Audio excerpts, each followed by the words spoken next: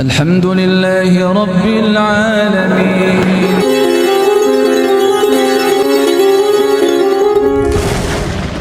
Di dalam menjalankan usaha, meskipun objeknya ini halal, tetapi mengabaikan perintah Allah.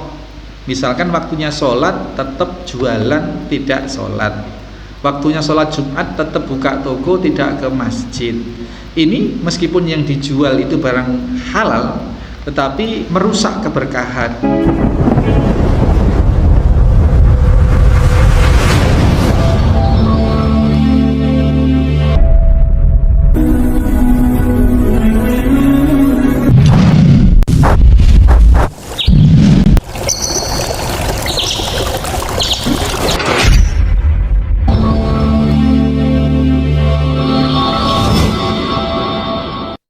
Bismillahirrahmanirrahim. Assalamualaikum warahmatullahi wabarakatuh.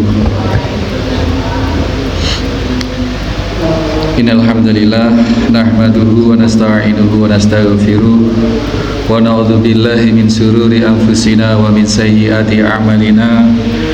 May yahdihillahu fala mudhillalah wa may yudlil fala hadiyalah. Asyhadu an la ilaha illallah wahdahu la syarikalah. Asyhadu anna Muhammadan abduhu wa rasuluhu wa ba'd. Hadirin hadirat, bapak-bapak, ibu-ibu, saudara-saudari, segenap mustami, terkhusus jamaah Masjid Al-Muslimun Curah Jeru Panji Situbondo, rahimani wa rahimakumullah. Ya, dilanjutkan sabdanya Nabi sallallahu alaihi wasallam, wa in katama wa kadzdzaba. Barang siapa yang menutupi dan berdusta atas transaksinya itu, muhiqat barakahu bai'ihima, maka hancurlah keberkahan di antara keduanya. Nah, ini bahaya sekali. Muttafaqun alaih. Bapak-bapak ibu sekalian, ini sehari-hari kalaupun kita tidak berprofesi sebagai penjual atau pedagang, kita sering terlibat juga dalam transaksi jual beli. Ini maka yang dipersyaratkan jual beli itu syaratnya kan ada beberapa itu. Yang pertama, ada penjual dan ada pembeli di tempat itu. Maka ini disebut sebagai khiyar majlis. Jadi penjual dan pembeli itu harus bertemu, harus menjalin komunikasi langsung seperti itu. Harus bertemu dan ada barang, ada penjual, ada pembeli, ada barang. Kemudian antarodain itu ridho di antara keduanya terhadap apa yang sudah disepakati bersama. Jadi nggak boleh membeli atau menjual itu dengan paksaan, dengan intimidasi. Misalkan, kalau nggak beli barang saya, kamu jalannya di depan rumah tak tutup, misalkan seperti itu. Ini tidak boleh. Atau kalau tidak mau dengan harga sekian, maka tak apakan begitu. Itu termasuk tidak antarotin, tidak memenuhi syarat sebagai persyaratan absahnya jual beli. Ini Bapak Ibu sekalian, ada khiyar majlis. Jadi khiyar majlis itu pertemuan antara penjual dan pembeli sebelum berpisah. Ini masih boleh menentukan apakah jadi beli ataukah tidak. Jadi masing-masing pembeli dan masing-masing penjual punya hak untuk meneruskan transaksinya maupun untuk menggagalkan transaksinya. Boleh sepihak, ya, boleh sepihak tadi. Pembelinya sudah kadung milih-milih, sudah kadung ini, kemudian nggak jadi. Ini harus berdasarkan apa? Berdasarkan kejujuran, ketulusan. Jujur itu tulus. Karena ada loh Pak, penjual itu yang menjebak. Di Malioboro, kakak saya itu cerita, saya juga beberapa kali ke Malioboro, tapi kebetulan tidak menemui. Kakak saya itu menemui di Malioboro itu Pak, ada orang yang nggak tahu dari daerah timur lah, kayak Flores, kayak apa itu, jual minyak wangi Pak. Itu dipaksa dioles-oleskan gitu. Nah, kalau sudah dioles itu seolah-olah sudah harus beli itu. Kalau enggak dimarah-marah itu. diintimidasi kadang-kadang seperti itu. Nah, ini transaksi yang tidak betul.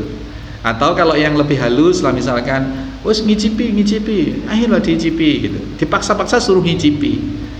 Nah setelah diicipi ya Bu, tahu ya Bu, nah diicipi itu rambutan misalkan atau salak gitu, itu kalau ternyata nggak jadi beli, dilok-lok nih Pak. Itu ada yang seperti itu di pasar, saya pernah. Ini gimana orang ngicipi yang nyuruh dia gitu.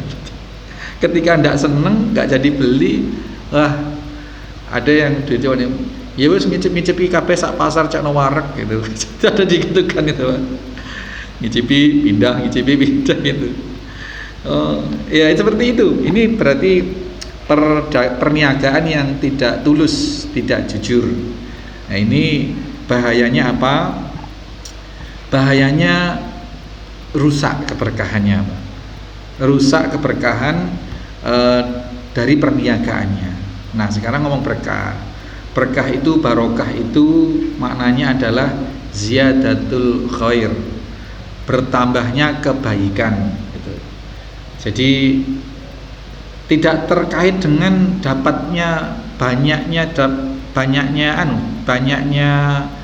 penjualan Bu. Jualan sehari dapat 2 juta di pasar, dengan orang yang jualan sehari dapat ya 200-300 ribu. Ini kita umpamakan. Kalau yang 200 ribu ini berkah, ngugemi atau memegang prinsip kejujuran dan keterbukaan. Ya barangnya kalau jelek ya dibilang jelek, ini yang ini jelek, ini yang bagus begitu. Kalau beli yang bagus-bagus ini yang jelek dikasihkan bonus atau dikasih potongan harga.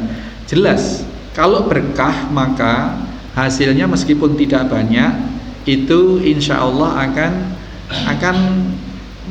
mendatangkan kebaikan. Nggih Pak. Qadarullah dengan 300 ribu itu ya cukup untuk bisa mengcover kebutuhan keluarga. Kebutuhannya tidak dibikin banyak oleh Allah, anaknya tidak usah beli obat, anaknya tidak usah masuk rumah sakit karena dibikin tidak sakit oleh Allah. Macam-macam. Dirinya tidak perlu berobat karena tidak dibikin kecelakaan jalannya, misalkan seperti itu. Tapi kalau tidak berkah, meskipun dapat 2 juta dalam sehari itu tidak berkah, maka tidak mendatangkan pertambahan kebaikan. Ya bisa jadi nyampe rumah emperannya teras belakang rumahnya ambruk misalkan. Nah, harus keluarkan biaya, harus manggil tukang, harus beli bahan. Bisa-bisa nggak cukup 2 juta. Belum lagi untuk beli kebutuhan keluarga. Ini dimaksud keberkahan. Maka kita di dalam bertransaksi, berdagang, jual beli atau bekerja sebagai karyawan, sebagai pekerja kantoran sekalipun, bertani, nelayan, yang dikejar bukan perolehan uangnya. Yang dikejar bukan pertama itu. Bahwa bekerja cari uang iya, tetapi di dalam mendapatkan uang jangan lantas kita pokoknya dapat. Nah, kalau pokoknya dapat itu repot. Bahaya Pak Angge. Nah, pokoknya dapat itu ya gitu, akhirnya dodolan ya curang. Tani pun bisa Pak, tidak berkah. Ya kemarin kita sampaikan sudah asar, sudah adzan, wah nutup nih, itu nutup nih. Ini bisa jadi tidak berkah. Itu nggih, keberkahan ditentukan oleh kejujuran dan keterbukaan di dalam bertransaksi. Yang dicontohkan Rasulullah tadi sangat jelas. Dia berarti tidak terbuka. Dia jujur jual kurma atau jual makanan, jujur harganya sekian, timbangannya jujur, tapi tidak terbuka. Ada sesuatu yang disembunyikan. Jual motor, jujur, ini tahun sekian, mereknya ini, tapi tidak terbuka bahwa ternyata ini sudah mesinnya atau laker di dalamnya ini sudah keropos dan lain sebagainya. Ini tidak bisa mendatangkan kehancuran, termasuk katama wa kadzdzaba, tidak terbuka, nutup-nutupi dan berdusta. yang bisa mengakibatkan muhiqat barokatu bainihima, keberkahan dari transaksinya itu hancur atau hilang.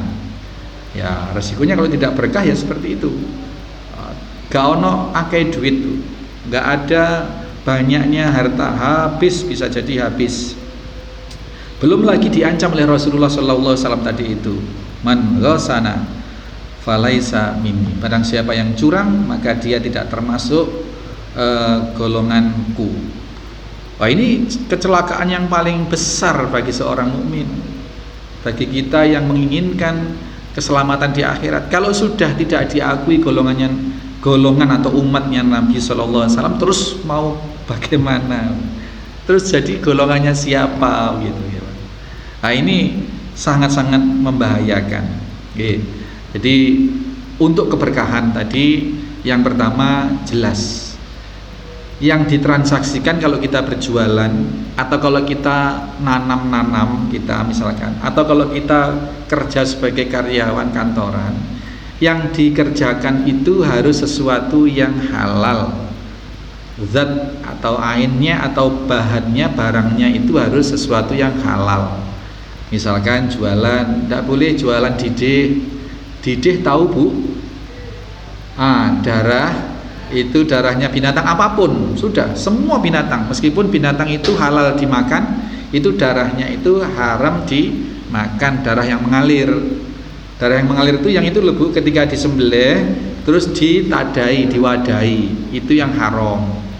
Tapi kalau misalkan kita sudah sembelih ayam, sudah darahnya itu sudah nggak diambil, kemudian kita masak, nah darahnya masih ada di dalam tulang-tulangnya, masih ada yang terselip di dagingnya, itu halal.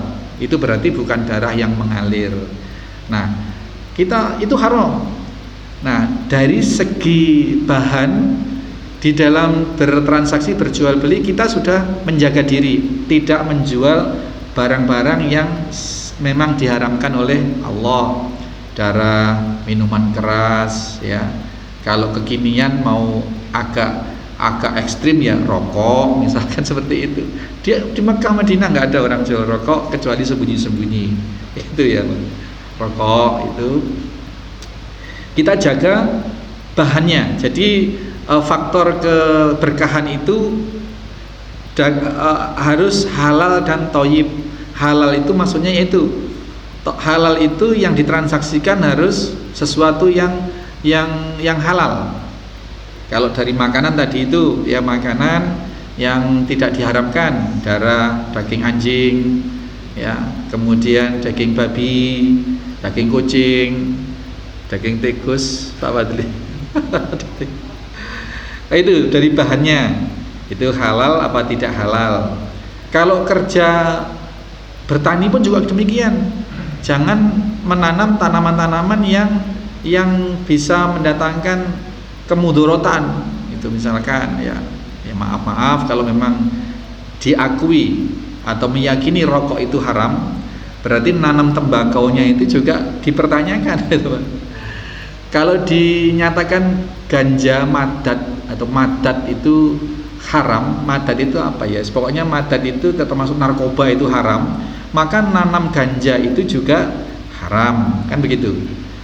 Nah, kalau kemudian ini untuk orang yang bertani.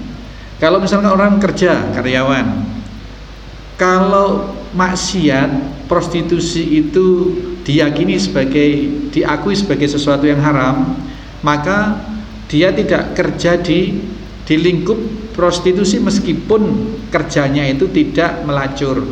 Misalnya nih, di Gunung Sampan atau di Doli atau dimanapun, di mana? Di situ menjadi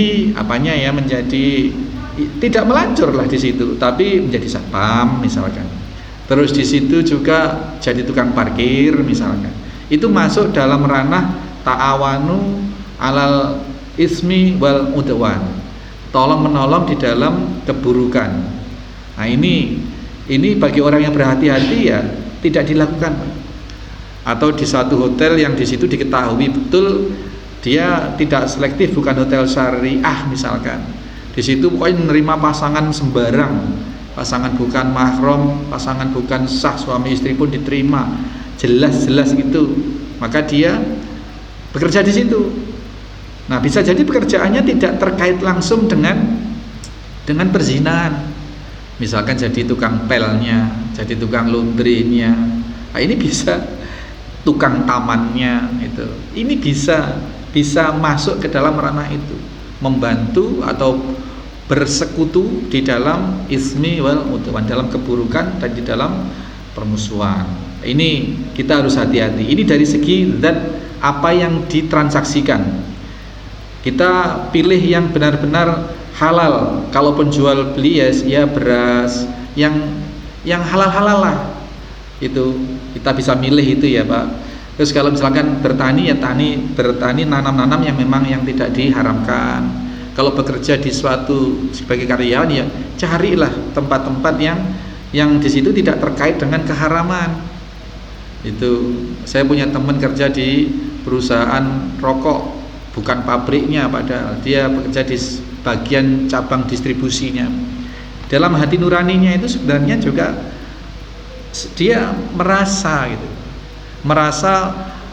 terlibat dalam proses penghancuran generasi muda, itu mengakui itu. Tapi karena kebutuhan atau karena apa ya tetap aja sampai sekarang dia tidak berani untuk tidak terus di situ. Pernah mencoba usaha lain tapi tidak menunjukkan hasil yang sebesar di situ, sehingga sampai hari ini di situ. Ya mudah-mudahan kelak mendapatkan hidayah. Di sisi lain kita punya teman juga orang yang kerja di bank konvensional yang di situ menerapkan transaksi ribawi, pinjam uang pakai bunga dan lain sebagainya. Padahal gajinya sudah besar, sudah diangkat lah sebagai pegawai tetap. Tidak lama memutuskan untuk keluar karena semakin paham bahwa yang dikerjakan itu adalah sesuatu yang tidak diridhoi oleh Allah, yang menyangkut kepada keharaman.